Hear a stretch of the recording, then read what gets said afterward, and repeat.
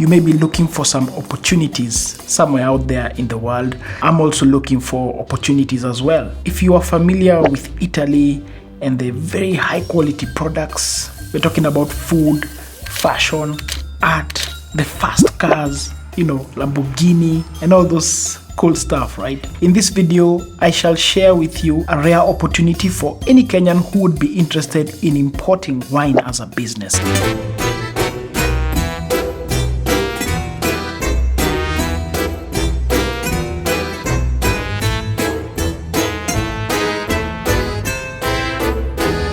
If you've ever gone to an Italian restaurant, you know what I'm talking about. Their foods, their wines, the way they do, attention to detail. These are awesome people, and these are also people we can learn from as Kenyans.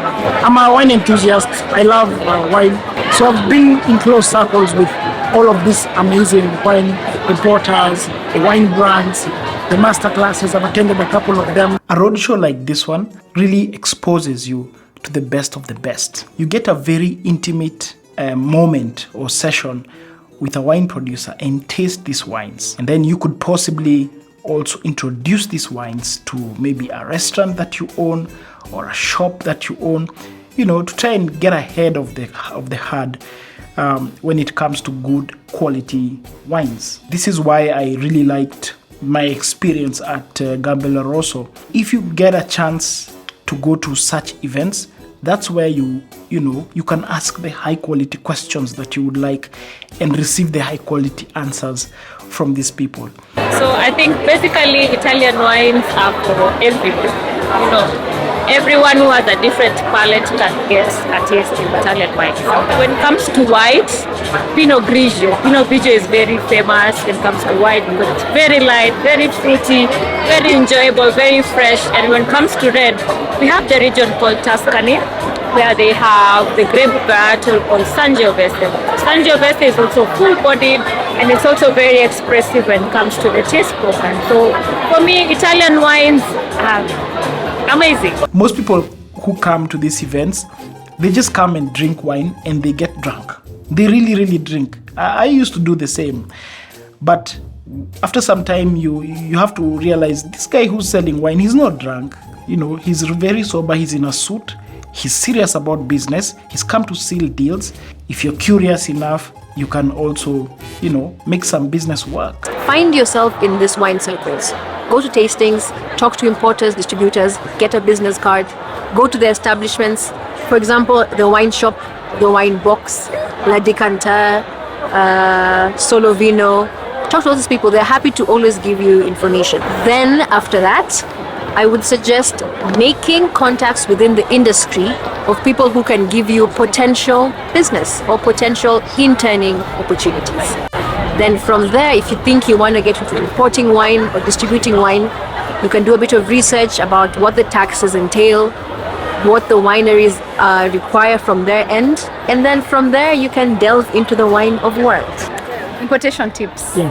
Of course, when it comes to now the official bit of it, you need to acquire a KRA import license, which of course is a process. You have to apply, pay the fees for it, and once you acquire it, then you can start your importation. You have to look for your partners because as a wine importer, you can't do everything. So of course, number one, we need your freight forwarder. Who are you going to work with to ship in these wines into Kenya, either by air freight or sea freight? Of course, sea freight is cheaper.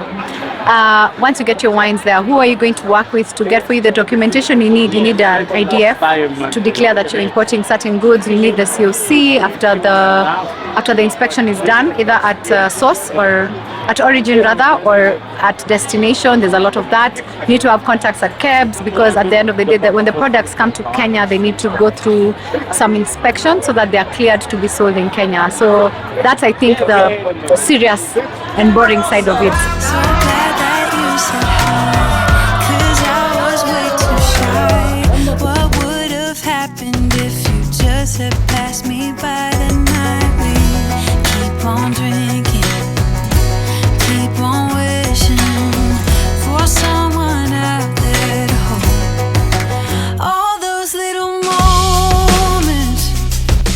Italians and Kenyans share a lot, man. They share a lot in food, they share a lot in culture. You know, people at the table, family kind of culture is a very big thing in Italy as well as in Kenya. I'm half Italian, half Kenyan, so it's a big fusion together. My mom's Meru, my dad's Italian. If I look at the future is production. So looking at borrowing ideas from Italy, it's that we're going to eventually start producing better wines, better food products here, because we have everything. We have the arid land, we have the capacity, we have everything here. Production of cheese, production of food. You know, all these tomatoes we're importing from Italy, olive oil. We can all do this here, man. We have the weather, we have the climate, we have the soil, and we have the manpower, most important. Yeah. Probably most Kenyans just know Italians from Malindi, Mombasa, Kilifi mostly. We've grown to love their food as Kenyans over the years, and now they're bringing their wines with them. They're now exposing their best of the best wines and also inviting these top producers in Kenya.